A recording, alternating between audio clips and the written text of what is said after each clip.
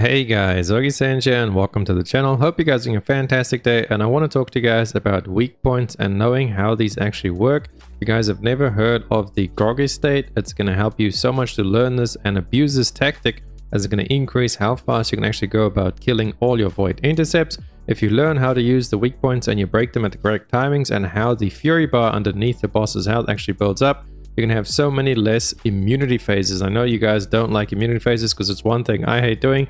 Building up a character and being super strong, and then the boss keeps going immune and immune and immune and immune, just extending the fight so much longer even after you've invested so much time and made your damages go through the roof.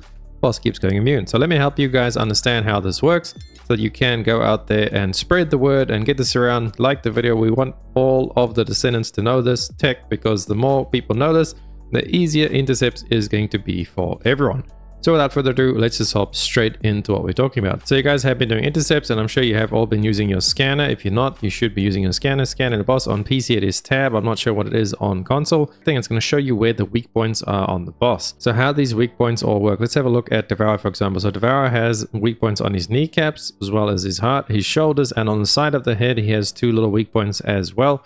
Every boss's weak points are more or less in the same place. Pretty much every boss has one on the head, the chest, the shoulders, and most of them have one around the knees. Dead Bride as well. Everybody has relatively the same, but easiest way to tell them is to just scan and you will see the blue parts. When they are blue, that means it is a weak point, and when they are yellow, they are ready to be broke. Fury gauge will build up over time. That's the little gauge underneath the boss's health, and you can only see this gauge when you use your scanner.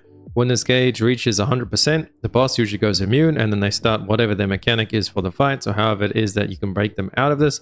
We all know with Devour, when he goes immune, he spawns those little pylons, and everyone has to run over and kill them, and he just keeps regenerating health the longer you take to do that. So it's just an annoying little phase. So that's why it's actually so important to learn how these things work, so that you can actually increase your damage on the boss without them going immune. So when you shoot these weak points, the boss's fury gauge builds up slower than what you would when you normally just shoot the boss anyway.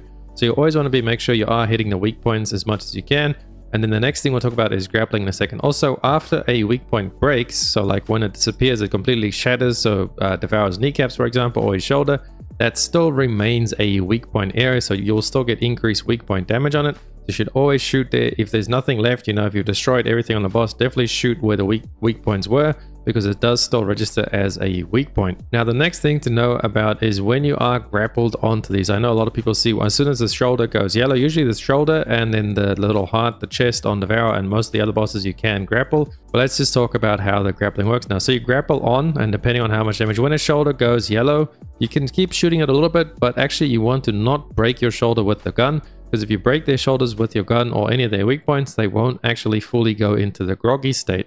And the best thing about the groggy state is basically when they fall over onto the ground, their fury stage will not build up while they are in this knockdown. We call it the groggy state position. So that is why getting them into this position, knowing how to abuse this, is very, very important. So there's three ways that I know of that you can actually trigger this. The first being the fury gauge builds up. It does build up over time, and also builds up depending on how much damage you're dealing. The fury gauge builds up the faster. The more damage you do, the more the fury will build up. So shooting a weak point will then reduce that, so it'll build up a little bit slower, but it's going to eventually fill up anyway during the fight. So the first thing is at about 40% normal mode, about 80% of the fury gauge, so like 80% to close to 100%, the boss usually goes into a groggy state. So he gets knocked down because his fury is building up, and then shortly afterwards he'll stand up, and then his fury will fill, and then he'll go into his immunity phase.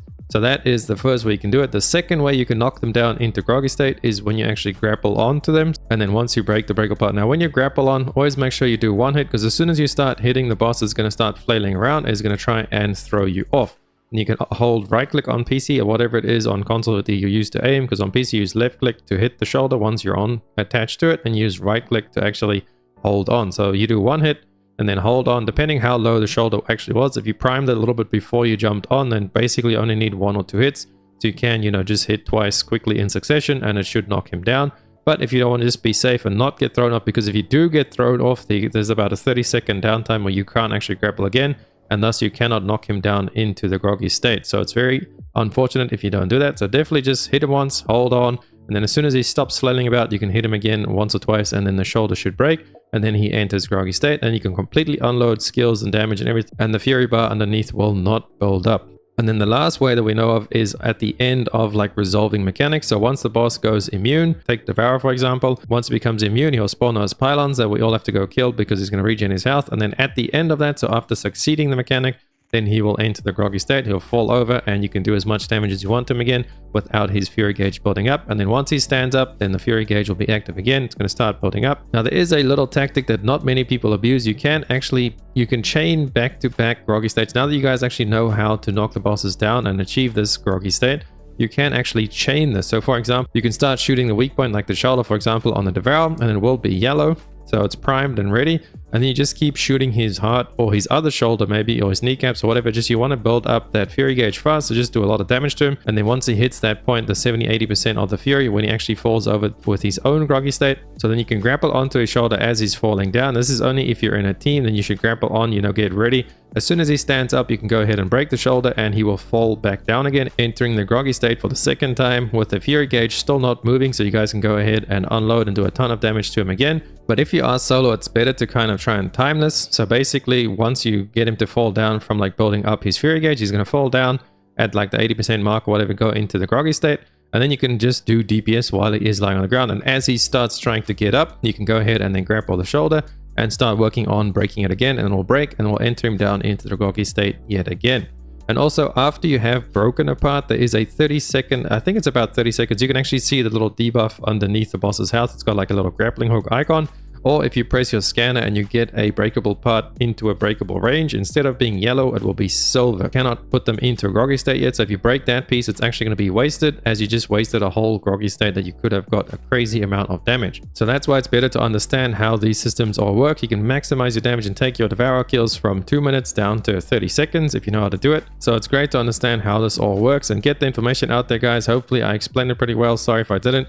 Chuck down below in the comments if you guys don't understand. Also drop by the streams and ask questions. We are live pretty much every single day. So if you have any questions and I didn't really make sense, you let me know.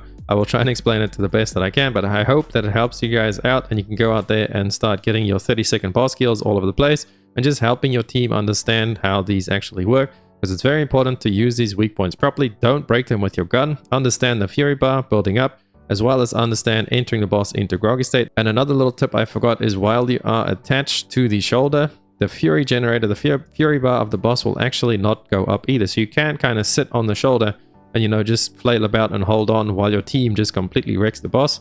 And the fury gauge won't build up from your damage. It will only build up over time, because all the boss's fury gauge will build up over time. So, there's only so much you can do, but you can latch on and your team can buff themselves up. Like if you have a Glade like going into the ultimate thingy with an Enzo buffing them or something, grab onto the shoulder and just let them unload, and then you'll just melt the boss and his fury gauge won't really build up, only with like the time building up by default. Thank you guys so much for watching the video.